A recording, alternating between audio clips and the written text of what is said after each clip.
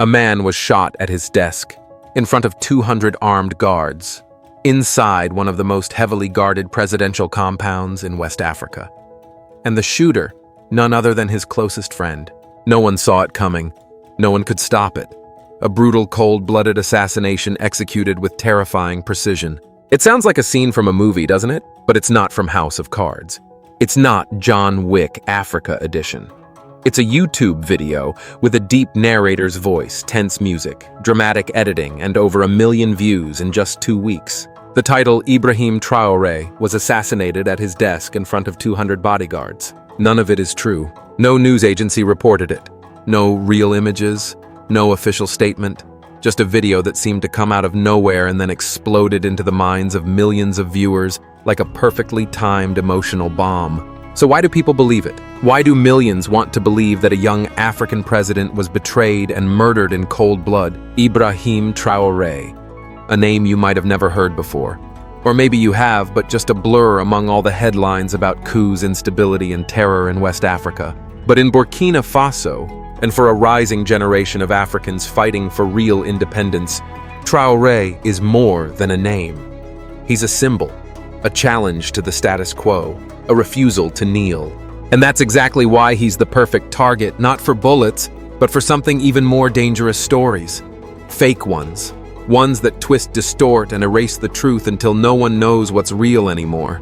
But we're not stopping at outrage. We're going deeper because this isn't just about one video. It's about how the world sees Africa. How young African leaders are too often cast as chaos instead of courage. And how we, the viewers, sometimes believe in things that never even happened. Before we continue, if you care about truth and the stories the mainstream often ignores, hit that subscribe button and turn on notifications. And let me know you're here if you once believed that video was true. Type 1. If you haven't seen it, type 0. Your comment might just help someone else slow down and think twice before they believe the next headline. Now let's strip the fiction away. Let's meet the real man who is Ibrahim Traoré. And why is the world suddenly paying attention to a young president in a small West African nation? Ibrahim Traoré was born in 1988 in a quiet rural village in western Burkina Faso, a landlocked, modest-sized country in the heart of West Africa. He grew up in a place burdened by poverty, terrorism, and the heavy shadow of colonial legacy. As a boy, Ibrahim didn't dream of becoming president. He simply wanted to survive. But sometimes, survival becomes the spark that shapes something bigger. He didn't study in Europe. He didn't graduate from Harvard. He wasn't a polished product of a French political academy. He was a military officer shaped by the dust, the heat, and the storms of the Sahel. He fought in the country's volatile north where terrorists ruled, and a soldier's life was often worth no more than a bullet. But what truly set him apart wasn't the weapon in his hands. It was how he saw his nation not as a bargaining chip for foreign interests, but as something sacred, something to defend. In 2022, as the country spiraled deeper into chaos and the people lost all faith in government, Ibrahim, only 34 at the time, appeared unexpectedly on national television. He didn't say much. He simply announced that he had taken control of the government to reclaim national sovereignty and put the people before foreign interests. To the world, it was a coup. To many citizens of Burkina Faso, it was the first time in decades they felt truly heard. Within months, he expelled French troops from the country. Not as a warning, but as an act. The kind of act that made powerful nations take notice. Ibrahim Traoré's name began to appear in global headlines not because he was a tyrant, but because he refused to be tame. He scaled back cooperation with Western financial institutions. He sought alternatives through Russia, Turkey, and other non-traditional allies. He spoke openly about nationalizing resources, about letting Burkina Faso's gold, its cotton, and its soil serve the people of Burkina Faso, not the shareholders of some foreign corporation. And soon the labels began to appear: anti-West, dangerous pro-Russian radical. But beneath the headlines, it was much simpler.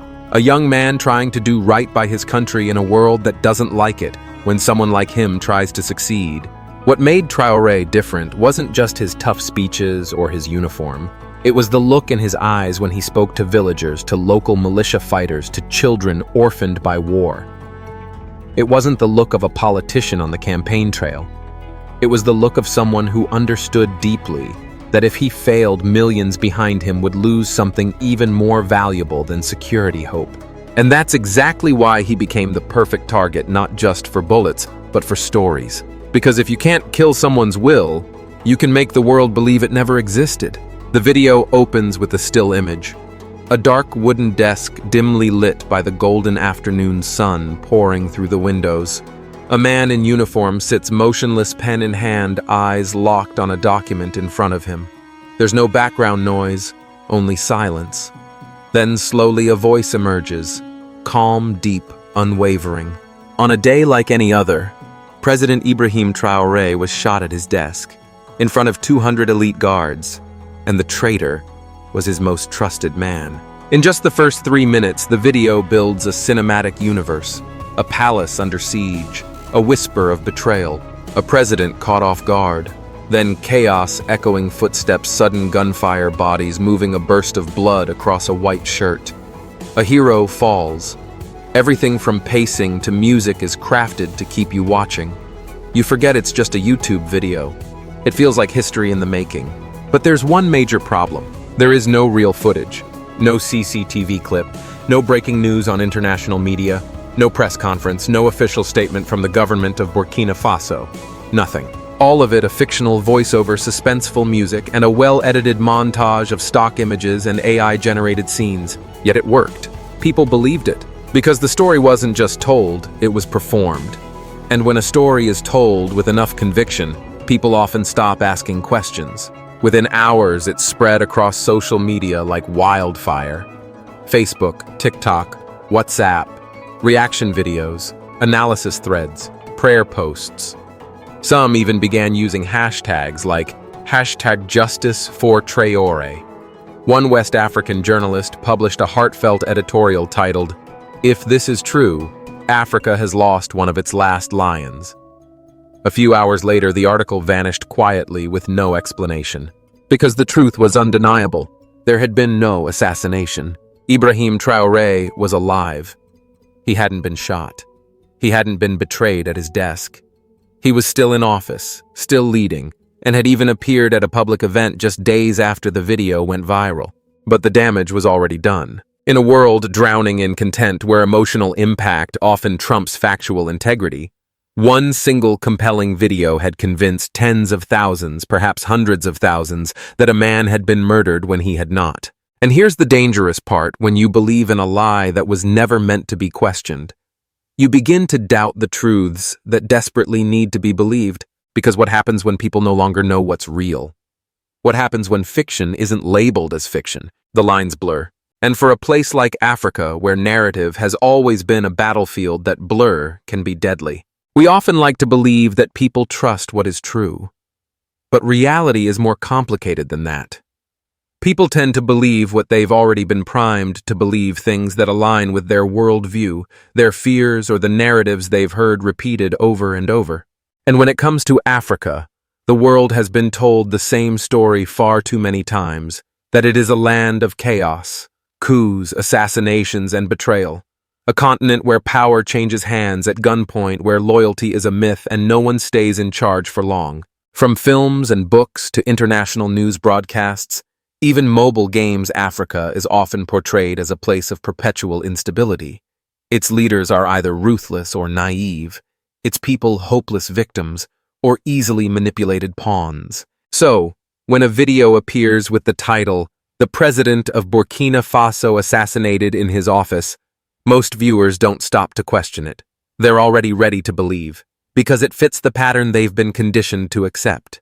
It doesn't feel strange. In fact, it feels almost expected.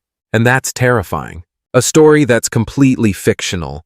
No evidence, no confirmed facts can still be trusted and shared simply because it sounds right inside a distorted framework people have accepted for years. And in this case, it is Africa that suffers the most from this long-standing programming. I asked a few American friends after they watched the video, "Did you think it was real?" One said, At first, yeah, because it sounded like the kind of thing that happens in those countries. Another replied, "It was so dramatic that I didn't even stop to double-check." And one was brutally honest, "I didn't care if it was true. It was just entertaining." That last answer is the most dangerous reflection of our time, the apathy toward truth. We don't need to be tricked with complex misinformation. We just need to be entertained well enough. And when entertainment wears the costume of truth, when a fabricated video is presented like a classic political tragedy, the line between fact and fiction doesn't just blur, it shatters. Ibrahim Traoré did not die. But if he hadn't appeared publicly in the days that followed, millions might have fully believed he had. And that belief would have spread, been shared, discussed, and reinforced as an unconfirmed truth. And the world is already far too comfortable with unconfirmed truths when it comes to Africa. Let's set aside the outrage for a moment. Let's ask a colder, simpler question. Who benefits when people believe that Ibrahim Traoré has been assassinated? The answer isn't singular. In fact, the most terrifying truth is this: nearly everyone except the people of Burkina Faso stands to gain from a lie like this. First, the creators of the video. In today's YouTube economy, a single viral clip can generate thousands of dollars in ad revenue. If the video is built with AI voiceovers, free stock footage, and royalty-free music, then production costs are practically zero. The profit is pure. And if the creator understands how to manipulate the algorithm, pick a controversial topic layer in suspenseful music, split the story into parts, they've just built a storytelling machine that prints money, using what our inability to stop and question what we watch. But it doesn't end there. Videos like this aren't always just cheap clickbait. Sometimes they're tools to stir doubt, tools to sow confusion, tools to quietly erode the credibility of a leader that someone somewhere wants out of the picture. If you're a foreign power whose mining deals were canceled, whose troops were expelled, whose loans were rejected, you don't need to send drones or mercenaries. You just need to plant the idea that the leader in question is no longer stable, no longer secure, no longer trustworthy. You just need to make people wonder, is he even still alive? An assassination video is the fastest, bloodless way to shake that foundation. Next come the media outlets that live off engagement. They might not share the video directly, but they'll ride the wave it creates. Headlines like "Unconfirmed reports spark panic" or "Citizens question leaders' safety." These articles don't confirm or deny, they just profit from the confusion. They keep readers on the page a few seconds longer. And that, in digital media, is currency. And then there's us, the viewers. We don't make the videos. We don't write the articles. We don't run the algorithms. But we share. We like. We comment. We ask our friends, "Did you hear that the guy in Burkina Faso got killed?" And that alone is enough to make a lie irreversible. The people of Burkina Faso, those actually living under the leadership of a real breathing human being, are often the last ones allowed to speak for themselves. They didn't make the video. They didn't write the headlines. They didn't profit from the narrative. They were simply spoken about. Again, it didn't take a fake assassination video to make the world look at Africa with suspicion. That lens has been there for a long time, quiet, persistent, and frighteningly effective. When a coup happens in Europe, the headlines call it a government crisis. When a US president faces investigation, it's a constitutional reckoning. But when something similar unfolds in Africa, the go-to words are chaos, bloodshed, violence, tribalism. Language doesn't just describe reality, it shapes it. And in the case of Africa, international media have painted a fixed image, a continent incapable of governing itself, where power means corruption, where leaders are a little too young, a little too radical, or a little too cozy with Russia. Take a closer look at how major outlets talk about Ibrahim Traoré. They rarely mention that he expelled foreign troops without bloodshed. They don't highlight how his administration doubled education funding for remote communities. They skip over his initiatives to foster regional cooperation against terrorism, rooted in local solutions rather than foreign intervention. Instead, they echo the same old phrases: young junta leader, uncertain future, growing instability. And here's the paradox. When a fake video claiming his assassination surfaces, no one is shocked because it fits perfectly into the narrative already drawn. Mainstream media don't have to lie. They just need to remain silent about the parts that might change your mind. And they only need to amplify the parts that reinforce what you already expect. That's how prejudice is maintained, not through shouting, but through selective whispering. In that world, no one needs to smear Traoré.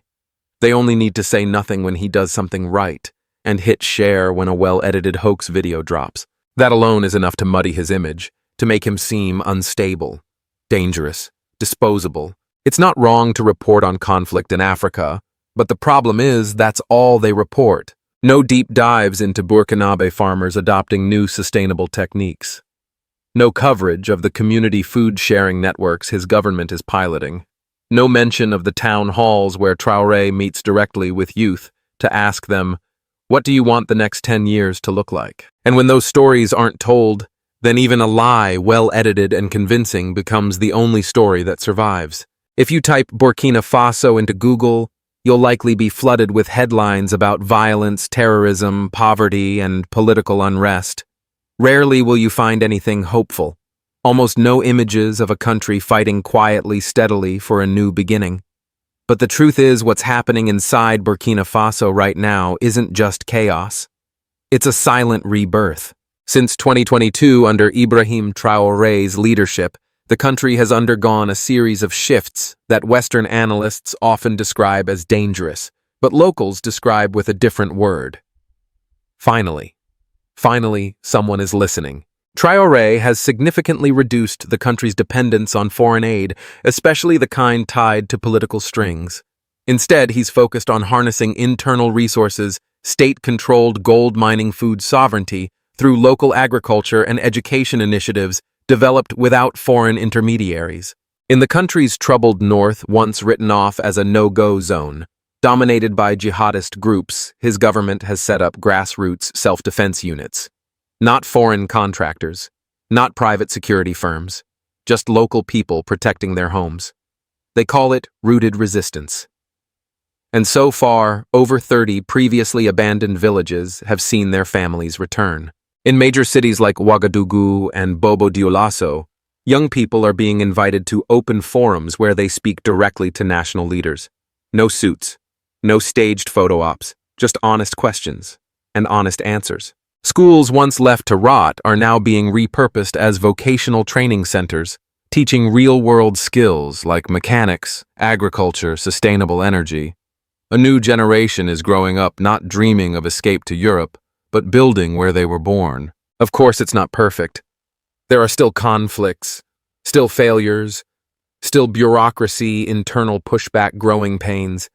But it's real, it's alive, and it deserves attention far more than a fabricated death story. Because here's the danger. Fake headlines don't just distort perception. They drown out what's really happening. While the world argued about whether Traoré had been assassinated, a 12-year-old girl in Dori quietly returned to school after 3 years of closure. A farmer in Kaya harvested his first crop from land once littered with landmines and burnt-out vehicles. A young nurse opened a makeshift health station 300 kilometers from the capital, deep in a border zone that most had abandoned out of fear. These stories don't make it into videos. They don't have dramatic soundtracks. They don't trend. But this is what Burkina Faso should be remembered for. Not for a fake assassination, but for a real resurrection. There's a truth most of us avoid. We're not just victims of misinformation. Sometimes we're the very people keeping it alive. You don't have to be the one making the video. You don't need to be some shadowy actor in a global plot. Sometimes all it takes is a single share, a casual comment. Another coup in Africa, or just watching something, believing it instantly, and telling someone else, I heard that guy got assassinated. It's that unintentional cycle repeated passed from person to person that makes lies thrive. Misinformation cannot survive without an audience. And in today's world, an audience doesn't even need to be malicious. Just busy, distracted, or so used to shallow information that anything just believable enough becomes good enough. You don't need to be mean to become part of the problem. You just have to stop asking questions. And that's exactly what the digital age is teaching us to do. Consume information like TikToks. Scroll fast, react faster, share instantly, and forget even faster. A cycle with no pause button. So when you see a video claiming an African president was assassinated and you want to believe it, it's not because you're cruel. It's because it fits the framework you've been trained to expect. Africa. Must be chaos. Young black president. Something shady, probably. Got killed. Sounds about right. We've been programmed. Not by some secret conspiracy, but by repetition. Headlines, movies, video games, documentaries, subtle tones of voice, over and over again. I've been there too. I've seen a headline and thought, probably true. I've told a friend, did you hear that young president got betrayed? I've nodded along with something that felt true, because I never stopped to ask if it actually was. Awareness doesn't arrive in a flash. Sometimes it comes with a quiet, uncomfortable feeling that maybe, just maybe, I've been played. And once you feel that, you get a choice. You don't have to be an expert. You don't have to memorize world events. You just have to pause and ask, where did this come from? Who's telling me this story? Why did I believe it so easily? If you ask those questions enough times, you'll realize something powerful. You're not just a consumer of stories. You're a gatekeeper of truth. You choose what enters your mind and what gets passed on, not through a heroic act, but through one small decision repeated daily. In a world where AI can generate anything, where truth is as fragile as vapor, people like you may be the last line of defense against total confusion. If you've made it this far, you've likely realized something. The problem isn't just one fake video. It's not just one bad actor or one YouTube channel trying to cash in. The real problem is how all of us, you and me, are living in an age where truth is no longer at the center. We've entered an era where AI can create faces that never existed, voices that never spoke, and memories that never happened. A fake story written in hours can overpower a real one that took years to uncover. And if the fake is told with enough emotion, enough cinematic polish, it wins. Not because it's true, but because it spreads faster. In this world, truth doesn't die from a gunshot. It dies from silence, from being outshined by what sounds more dramatic. When a video claims Ibrahim Traoré has been assassinated, millions share it. But when he's alive, working, reforming, rebuilding, who listens? That's not his failure, it's ours. The scariest part is that we're slowly getting used to not knowing the difference. We don't care if it's true, as long as it's interesting enough to talk about. Truth. Once the backbone of journalism is being replaced by something more seductive. What sounds right? We used to ask, what's the source? Now we say, that feels legit. We used to ask, who verified this? Now we say, everyone's sharing it, so it must be real. If we keep going down that road, no matter how advanced technology becomes, we'll be stuck in a world where the best told lie always beats the slow, inconvenient truth. So what we need to protect isn't just information. It's our ability to recognize what's truly worth trusting. Because the real story is never the easiest one to tell.